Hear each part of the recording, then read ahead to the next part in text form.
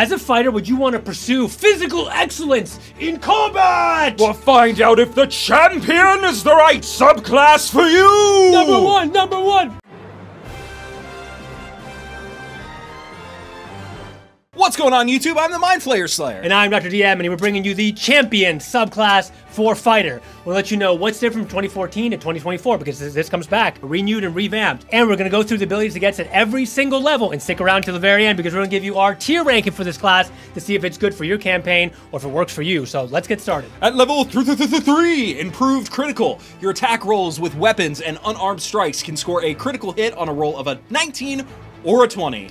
On the D20. This is basic, but it's basic in a good way. Sometimes, I will say, in D&D and other campaigns, you're kind of always seeking the critical hit increase. Yeah. It's a very kind of coveted thing, I would say. It is. And here you get it right at level 3. Yeah, I love it. You will also get at level 3, Remarkable Athlete. Thanks to your athleticism, you have advantage on initiative rolls and strength athletics checks. In addition, immediately after you score a critical hit, you can move up to half your speed without provoking opportunity attacks. How athletic. Okay, I mean, you already got kind of like the feature for the class at level 3, which is the improved critical. Yeah. This is just a little bit extra spicy sauce. Initiative rolls, very good. And being able to move again without opportunity attacks, that's okay. You kind of want to be in the front line anyway. Maybe there's somebody you support.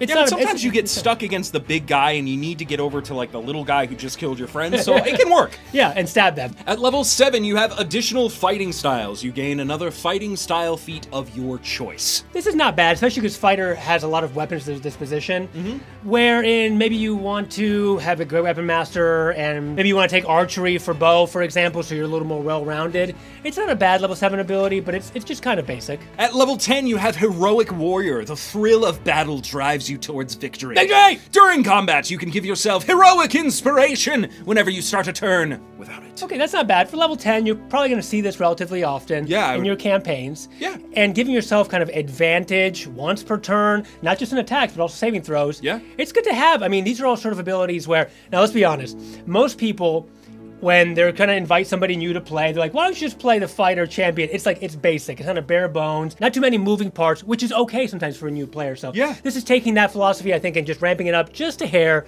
for these interesting abilities, which they don't necessarily go super far, but they're gonna give you a sturdy foundation. At level 15, you now have Superior Critical. Your attack rolls with weapons and unarmed strikes can now score a critical hit on a roll of an 18 through 20. And that's pretty tasty. Oh yeah, and again, this is stuff that's very easy to track for your new player at the table. That's true. And if you have advantage from Heroic Warrior, your likelihood of hitting a critical now it goes up pretty substantial. I don't know, maybe 20, 30, 40%. I'm not sure. You math warriors, let us know below. But the issue I see is that it's not like you're like stacking this with like Divine Smites or something, because this is level 15 ability. So the damage you do is usually going to be like another extra die you're rolling, which is fun, but not like superiorly potent or anything, but it's a good ability. Agreed. Level 18, you have I'm a Survivor! You attain the pinnacle of resilience in battle, giving you the following benefits. You can defy death. You have advantage on death saving rolls. Moreover, when you roll an 18 through 20 on a death saving throw, you gain the benefit of rolling a 20. Okay, wait, hold on. Let's talk about this. This is pretty interesting. Let's break this down. Because when you roll a 20, right, you immediately get 1 hit point and you're back up. So that means you could actually take your whole turn. Yeah. Right away with the hit point. So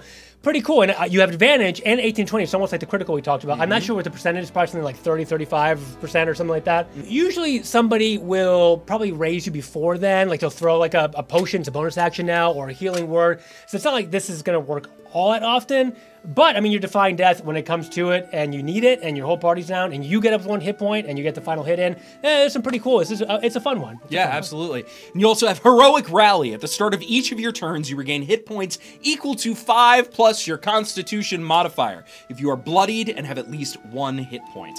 So just this passive healing is fantastic. Yeah, I mean, it's like maybe 10 by level 20, because 5 plus maybe you have a con mod of +5. Yeah, and again, it's not the strongest thing, but it's reliable and it's going to keep you going the distance. And I think this is the class. This is like the the reliable class. Reliable. for let's give us our tier rating now. I still will probably put this as like a C. It just it does everything well, nothing bad, and there's just some good bonuses. I think for seasoned players, no one's going to be like, yeah, I want to be a champion. This one, I want to be a champion. Yeah, I mean the name's cool. I mean champion. It's cool. Yeah, it's so cool. But either way, maybe there's some ways to make this like a higher tier. Some kind of abilities I'm not thinking about, but overall, that's what I would give. Maybe if you have like really good magic weapons and you're really critting a lot, but overall, it's still a C for me. Yeah, same.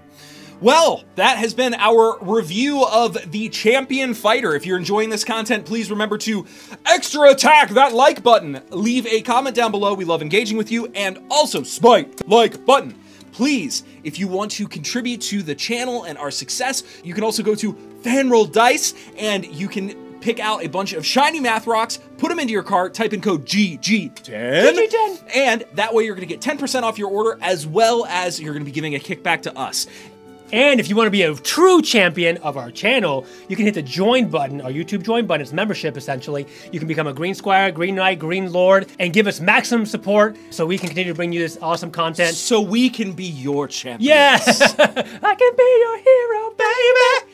And that's it. So this has been a review of Champion. We have 2 more subclasses to come. They're going to be good. They're going to be bad. Who knows? Let's find out. Champions! We are the champions, my friend. My friend.